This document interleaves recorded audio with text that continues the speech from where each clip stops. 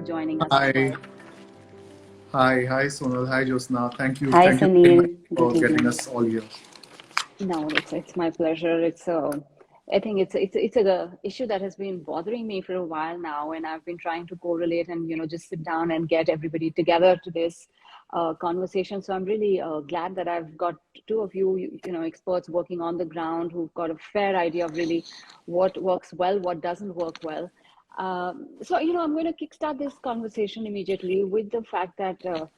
I mean, I was looking at the numbers, and some numbers say that there are about 36,000 couples who are waiting to adopt, and there's about less than 2,000 children who are now in the pool. That's that anomaly. How do you correlate the numbers? Sunil, you can start the conversation. So, absolutely true. There are 36,000 couples in waiting for a child, and 2,000. Let me divide that 2,000. 2,000 overall, but almost, if I am not mistaken, there are more than 1,400 to 1,500 children with special needs in the pool. And then you further divide Yeah. these kids into siblings and older children, and on a month to month basis there would be about only 80 to 90 children who are mostly fitting in the category of most adoptive parents are looking for, which is 0 to 2 years and healthy you know so really, if I would say that in front of 36,000 couples, we only have about I would say 400 kids, because many of these kids are special needs, and parents are not really keen on adopting children with special needs. So there's a huge gap. And I think when the online system was brought in, everybody was thinking that there are more kids in the pool and not being put up for adoption. But now it's the other way around, where the real statistics are in front of us, where we have many families who are registering, but not enough children. So, Sonal, why is this discrepancy there? I think, Jyotsna, I'll also add very quickly, I absolutely agree with what Sunil has pointed out, 100% to that. And I'll also add on to say that, in 2015, I think, was it 2017 to 19? I think CARA did a little, I think it was an RTI, it was not a study really, just an RTI reply that they had to give. And something that bothers me so much, Joe, is that they found out through this reply that the people who were adopting children were also the ones to give them back to these childcare institutions, and adopt where the kids were being picked up from the adoptive pools.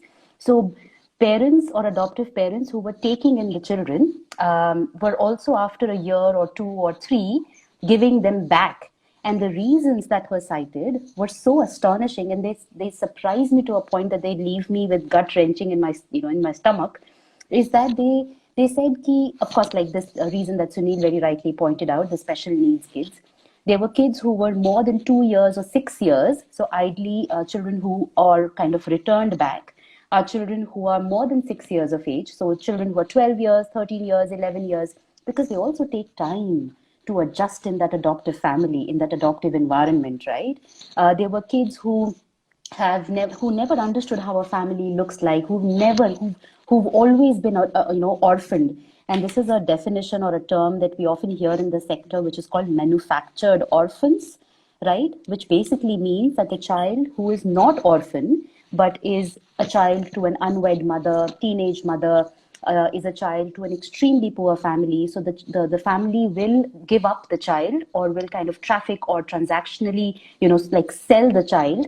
Yeah, and the child will land up in the orphan pool, right? Or the adoptive pool if sold to XYZ institution.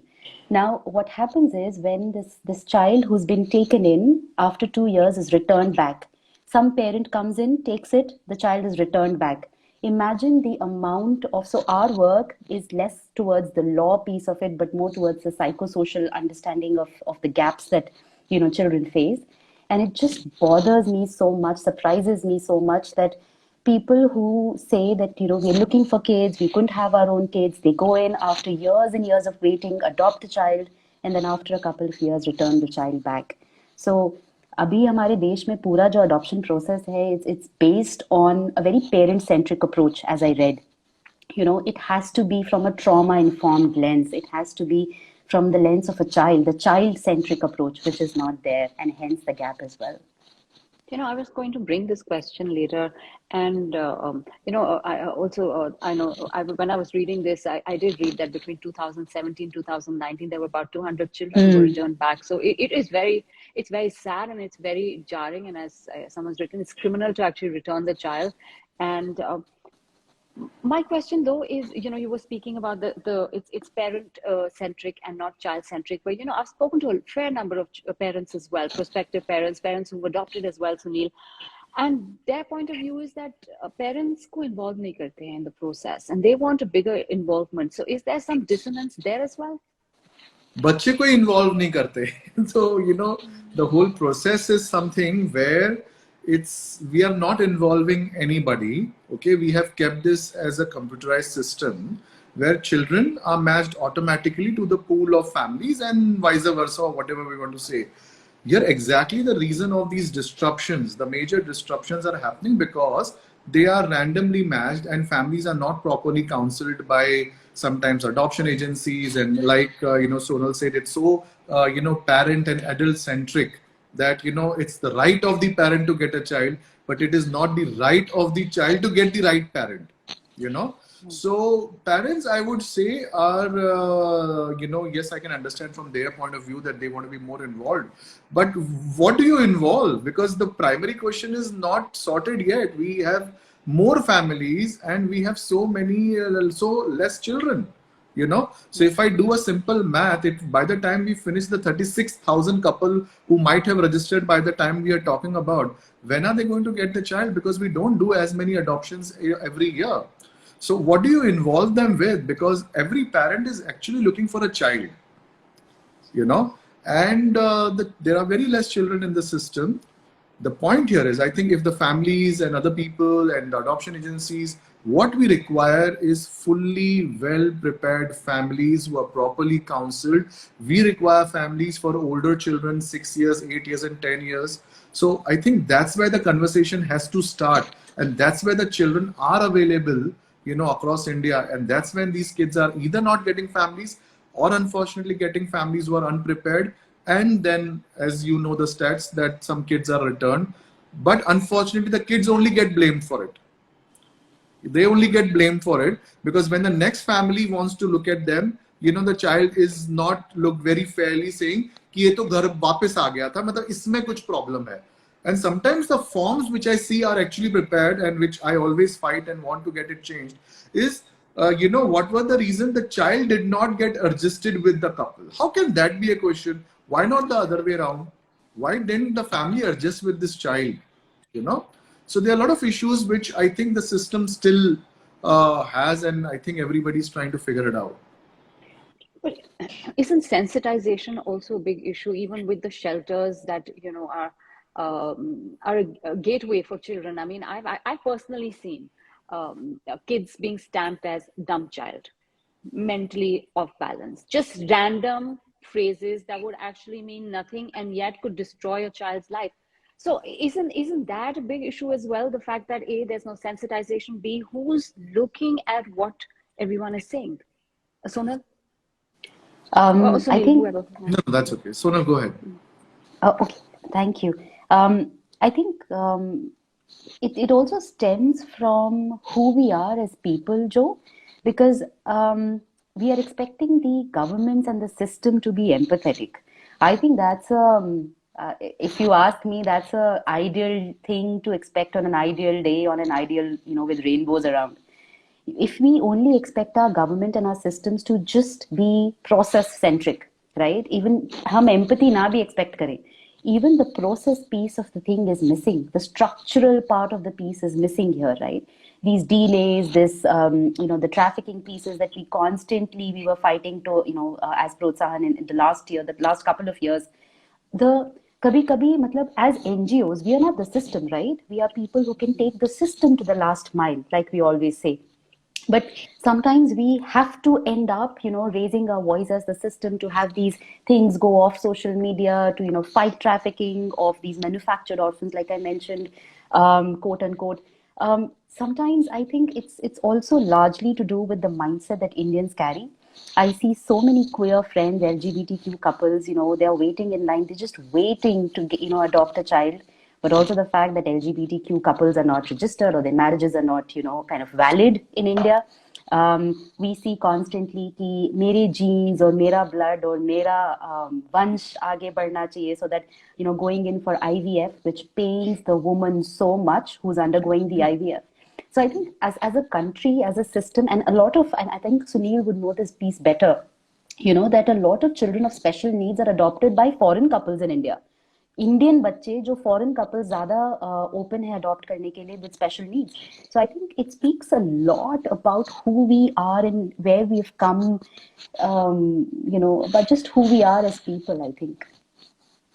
I want to add something over there that, fairly, if we talk about, because, somewhere we are also covering that what are these homes, what is the mindset. I would say fairly, I would give a little credit in terms of adoption agencies somewhere. Because now the focus is so much on the adoption agencies that regularly, they are kind of inspected, or there is documentation. The medical examination reports of children is very much well prepared, and they have pediatricians looking after it. Local governments are looking after it. Yes, there's a larger problem of other organizations, but I would say in adoption agencies, it's pretty much, getting regulated. So much of training programs are happening, both, I would say at district level, state levels for sure, national, not so much right now because of the pandemic. But I see that there is so much of improvement in that mindset that every child who's coming to an adoption agency needs to get adopted. Okay, and we have to make efforts to get that child adopted, because that's the primary focus of a child living in an adoption agency. Coming back to the special needs part of it, there are some cases of special needs kids who are now getting adopted in India as well. Okay, the problem is why the numbers are not so much encouraging, while the numbers across India in terms of world outside is so much encouraging, because I think then it's a different track we need to take, where what are the facilities we are able to give to children with disabilities, or families are not always able to afford very high treatment or expensive treatment. Do we have that in our country, where we can support adoptive families adopting special needs kids, at least with whatever, I don't know what that is, but is there support available over there? That would encourage, like today, just as today was a wonderful day for us, where we have actually placed, with our coordination with another CCI, a 15-year-old child in adoption, So I would say that she was also considered to be special needs just because of her high age. But there was a wonderful family who was very happy, and, it has worked very well for, both of them. So there are possibilities coming, but yes, they could be more encouraging if we prepare an environment and system like that for our special needs kids. But is there also, the lack of awareness? Because I know what you mean as special needs is not really what, it's a general term that is interpreted in a very different way, right? When we're talking about special needs, children who are adopted, it could be somebody who's premature, somebody who could not have got proper nutrition. And so how do you create that awareness? Because the concept of special needs is absolutely different to a layman. True. In fact, that starts with the counseling itself of adoptive families. And some of the things which we are counseling from the beginning, that the child may be low birth weight, the child may be a little smaller than other kids because the child has not received the nutrition. And a simple fact that in an orphanage, there could be, let's say 5 kids being taken care of by one Aya Maushi, but reverse the scenario when the child is in a home where there are 5 people taking care of one child. So these are things which we also tell the adoptive families much more in advance during counseling. Like I remember a couple of years back, where children who were tested positive, HIV positive, would never find an Indian family. Okay, but they were just false positives because of the the transparent or whatever the mother would pass on this child. But in 18 months, these children will become negative. Now Indians are adopting those children, and they are no more categorized as special needs.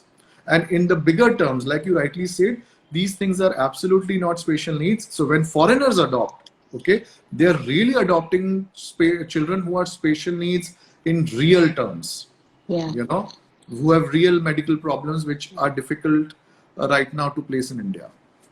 Yeah, but counseling is very important. For sure. And I think that, of course, then goes back into our upbringing and, our mentality, and all of that comes into the play. But Sonal, I'm coming back to the biggest crux of the matter. 3 years wait to adopt a child, a minimum 3 years wait. That is extremely discouraging at a time when people now have the option to choose surrogacy.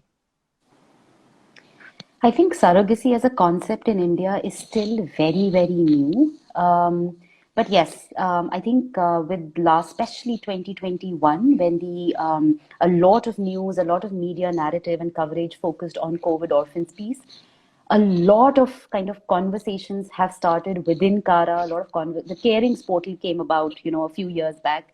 I think there's a lot of conversation that has begun in the last 5 to 6 years, for sure, right? In terms of counseling, in terms of helping the processes, the sponsorship guidelines that the Delhi Commission of Protection of Child Rights and a lot of other state commission for protection of child rights are working on.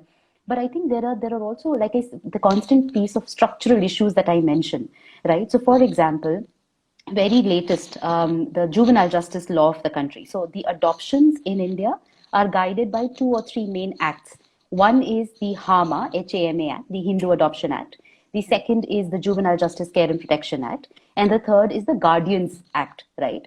Now, it's funny, but all these 3 acts mandate different procedures and different systems and different guidelines for adoption, right? So in a country, we have 3 acts, three legal statutes that talk about adoption, and all 3 have quite a few differences when it comes to practitioner level on the ground, practice level on the ground. That is one, right? Second, I think this piece about disability and adoption that Sunil spoke about, the special needs kids. And I think the wait is also long because sometimes the parents want a child who's just a newborn. Most of the adoptive requests that we see are a child who's just born, the mother who's just passed away, the mother who's just, given birth to a baby and, has given the child up. But any child more than 2 years, even if a parent or an adoptive couple is in the adoptive pool and is matched with the child who's, let's say, 4 years or 3 years old, the parents end up saying a no, right? So I think the delays are structural, yes, but you can't just blame the structure and the system for everything. The delays are also at the end of people who, put in their papers for adoption. There are gaps there massively. Yeah, because I do know people who have waited patiently for 3 years. By the time the time comes, the process has expired in a sense, and they've got to go through That too. the whole thing all over again. So, and also, isn't it just criminal to keep, letting children stay in the system more longer than they should be, Sunil? No, actually, very interestingly, let me take you back to, so the child is not waiting, okay? The infant kids, 0 to 2-year-old children and 2 to 4, okay? Just to make it very simple, they are not waiting, the families are waiting. Because these children are already listed in the pool, and the minute the family's number comes in, which is the 3-year waiting, which you rightly said, I will register a child today who's free for adoption, and the child has just received their order. And believe me, tomorrow this child is finding a family. So that child is not waiting. Okay. The family is waiting who's registering today for the next 3 years because there are not enough children in the pool. And the fact that they want a young child. Exactly. So that's the problem. They don't want a 7-year-old kid who's waiting for a family. So what is the age that really works for adoption? Like I just said, even today I've placed a 15-year-old child. It can work. It depends on family to family. And rightly, when you are talking about an older child, I will say 4+, it depends on how you bring them together, and will they, basically, for example, I'll give you a simple example. When we place an older child above 4 years, we want the family to come every day, spend about 7 to 8 hours with us, bring their food. So there are simple things which we do to see that whether that relationship is working. So children per se are not waiting if they are, I would say, below 6 years. The minute the children are above 6 years, the wait then starts. And yes, there is a larger number of parents who are waiting. But because there are no families who are ready to take a 7 or an 8 or a 10 or a 12, the minute there's a 7 and 8-year-old, kind of family which is ready. Now, another thing is being ready, and another thing is being fully prepared for it. So there might be many who are ready, but are they prepared for it? So that is also a very big problem, that there are people who approach us, but then we don't find them that fully ready. I'll give you, what do I mean by being ready? Simple question. Would you tell your child about adoption? You know, a 7, 8 year old child going from a adoption agency, would you tell the child about adoption, or what are you going to tell her that why was she living in the orphanage for 8 years when she could have had a beautiful life? Oh, no, no, we're just going to say that, you know, the child was, you know, you were in a hostel. Why was in a hostel? No, because mommy daddy was busy. Now, how that can be an answer? That itself means that they want to adopt, but they're unprepared. So we are back to square one on that as well. So these kind of things happen. And I would like to also go back to what Sonal said. Three things. Yes, there is HAMA, there is JJ Act, and there is Guardianship and Wards Act. But when it comes to adoption agencies, children who are coming in from the CWCs, they have to only follow the JJ Act. The newborn kids, and that's where the pool is also going. Why the children are not coming? Because the 3 year wait, as families are waiting on one side, and on the other side, families are actually, you know, going around and trying to adopt illegally. You know, Without whenever they hear of a understanding the news, consequences. correct, forgetting the consequences, they just want to adopt. Oh, there's a woman who wants to give, she can't take care of it. They really don't know the story, whether it is for money or it's only for the money. They don't want to think about it because they're just getting a child. They want a child, and that's what they have been waiting for. So the children who should have come in the legal system of adoption, that is not happening.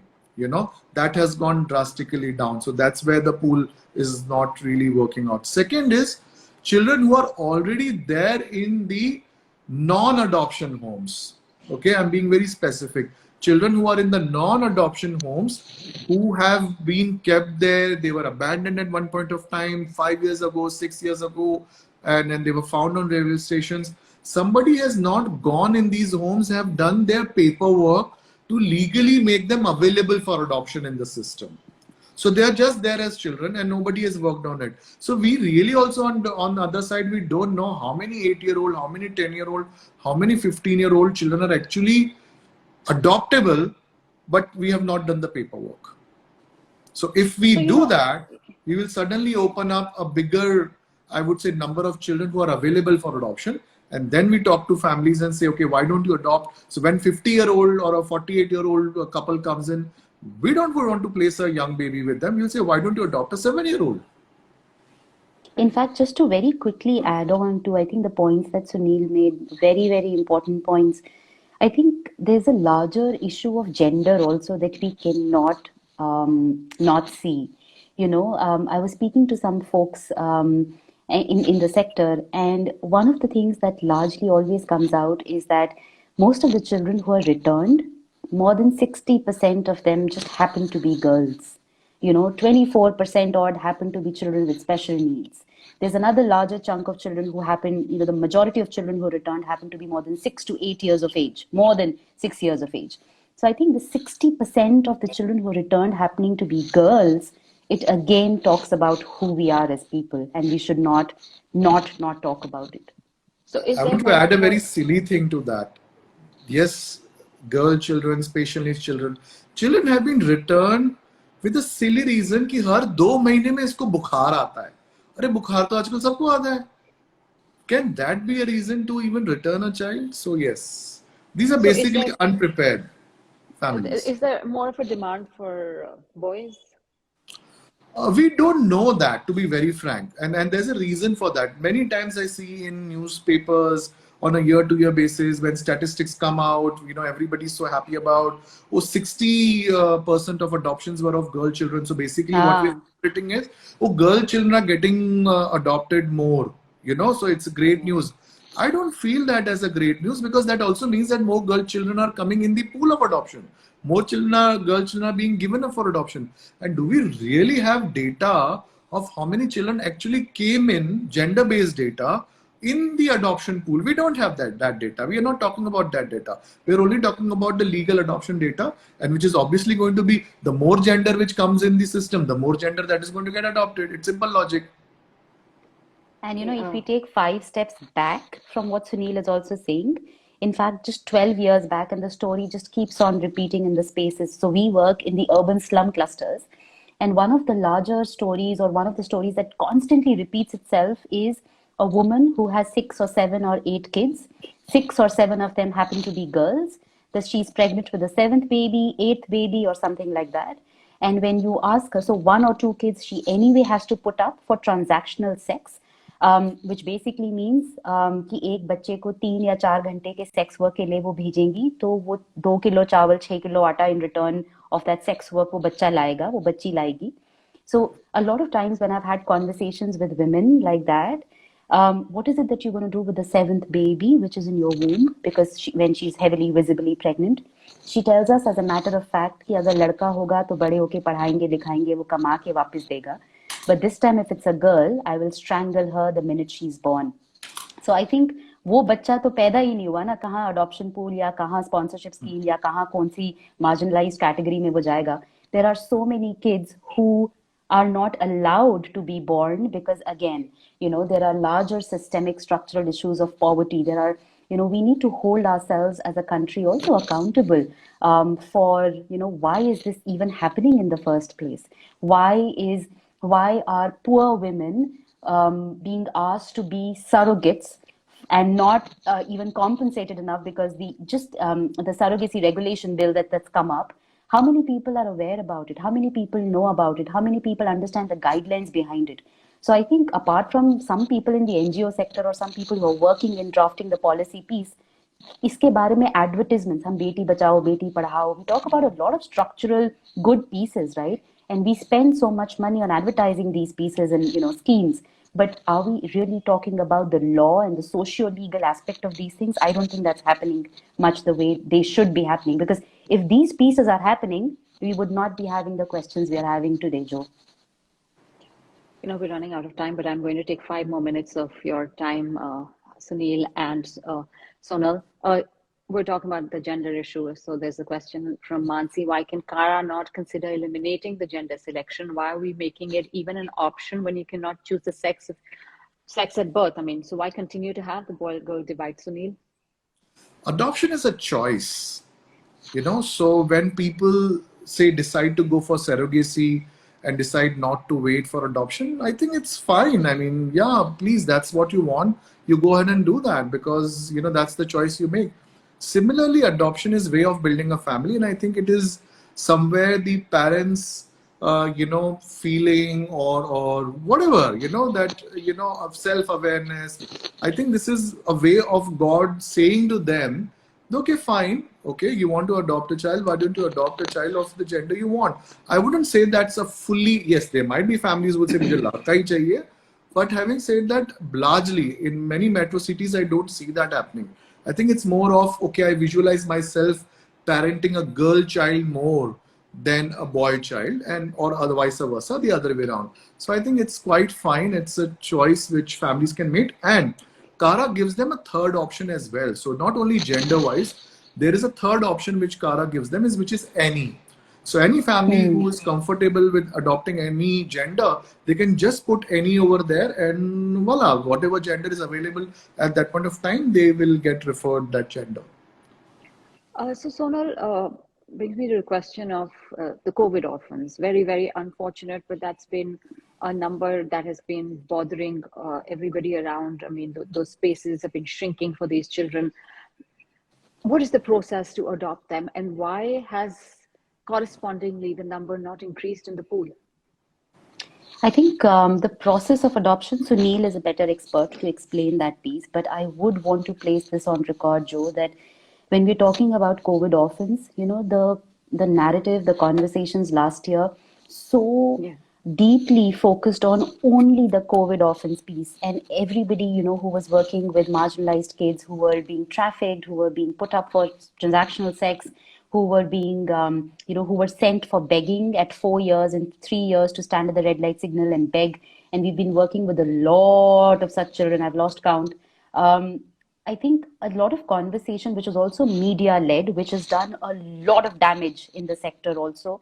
Hence, I want to place this on record to also say that probably 3 to 4% of the children faced the COVID orphan category, the damage of losing both parents at once with COVID. The larger 96% of the children who've been suffering with impact of COVID have been children who have, for example, let me give you an example from the ground. There's been a family where the mother and the father have, the the father passed away in the first wave of COVID, the mother passed away in the second COVID wave, and they've been taken care of by the grandfather and the grandmother. Now the grandmother says कि मेरा एक कमरे का घर है, मेरी property, मेरी inheritance के सारे राइट्स मेरे पोता पोती को जाने चाहिए. So मैं इसको इंस्टीट्यूशन केयर होम में क्यों भेजूं? Because institutionalization is the last resort.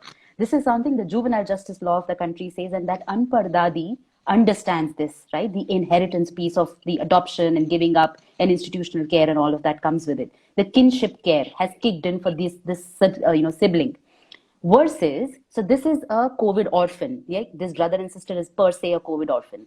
Versus another family, look at the vulnerability index of the two. The other family where the mother is so sick because of COVID, she's stuck to bed, domestic helper. The father, who now does not have access to his wife for sex, has started raping his 5, 6 and 14-year-old daughters. अब ये बच्चियां तो Covid orphan नहीं है, हम इनके बारे में तो बात ही नहीं कर रहे हैं. जो कोविड इम्पैक्ट हुई, क्यों? क्योंकि one parent was so sick, the other, the safety, अपने घर में the safety has gone away. So I think every time we're talking about marginalized kids, and I think the media will have to, evolve this narrative. And what damage that it did in the sector, all the donors, or more than 70% of the donors, when they came up to us, they said, hey, we only want to support COVID, COVID orphan children. And we were like, they were COVID impacted children as well, right? More severely damaged and affected. So I think, having said that, for the process of adoption piece, I think Sunil is a better expert. So over to Sunil.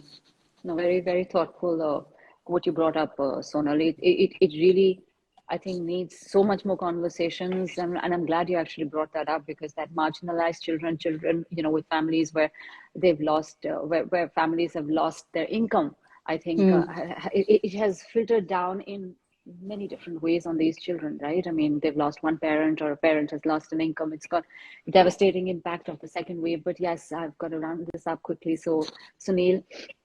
So, whatever I have understood of COVID orphans, the statistics state-wise, many of them, or I would say a very few of them who are fully orphans and they did not have anybody to take care of them, have been put by the system in the adoption pool itself.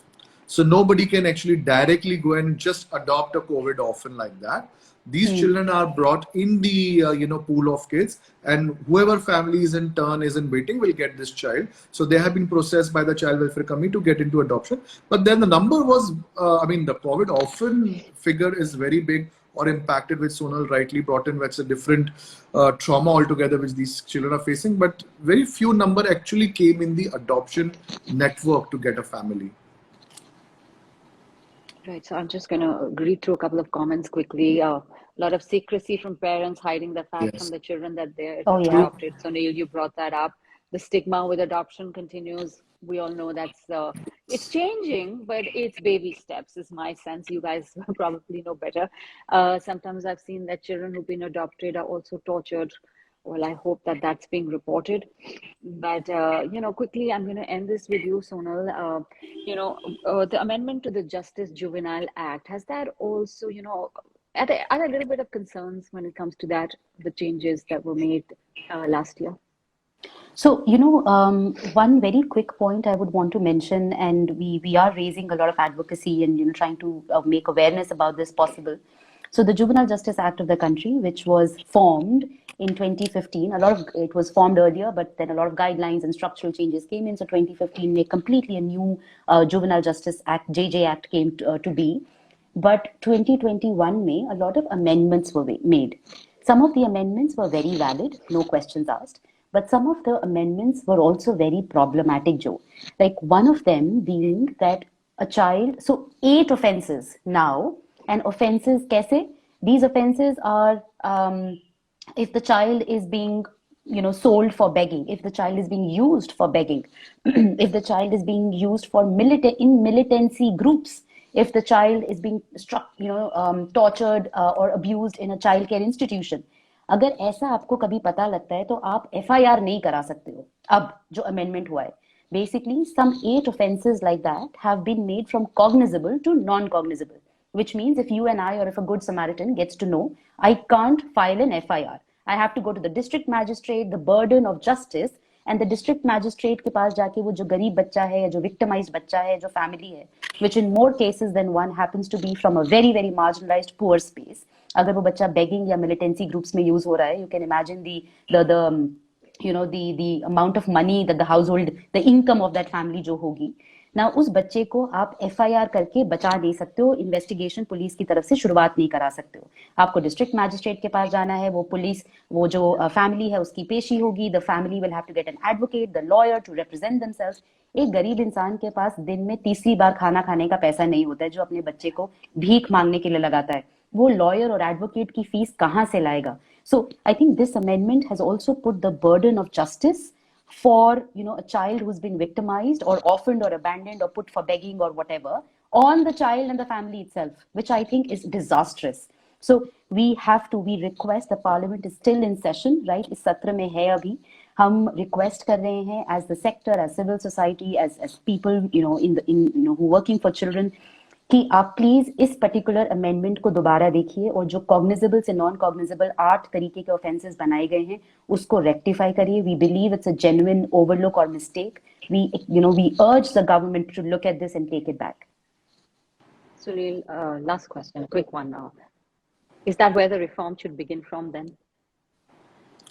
I think reform should also begin from within us. You know, whatever I feel that right now in terms of children who are already available, I think why this pool should even have any child who's waiting for a family on the other side. We have 36,000, families waiting. So why not change our own mindsets, and why not change our own awareness of, taking those children who are still waiting. And on the other hand, why make, surrendering a child, traumatic for a family who's willingly coming to give up the child and deciding. Why have so many abandonments still in the country when, we could just, have simple, safe surrender procedures for these families. So there are a lot of things for us which are also there other than legal, which I feel as a community, as a society, we can change. I'm afraid to leave it at that. Completely now out of time, but Sunil Arora, the Bal Asha Trust in Mumbai, and Sonal Kapoor, Protsahan Foundation India, thank you so much for being part of this conversation. If there are any parents, any prospective parents who are looking to adopt, if you were adopted and want to share your stories, please DM me, and my DM is always open, and we can listen to your version of how things have been. And this is a conversation that needs to keep going forward, and I'm glad that it's resonated with the people who've been listening in, but it's just the beginning of a conversation, as Sonal and Sunil both know. But for now, I am going to end it, and thank you both very much for joining me. Thank you. Thank you for inviting us. Thank you. Bye Sunil. And bye Joe. Bye Sonal. bye.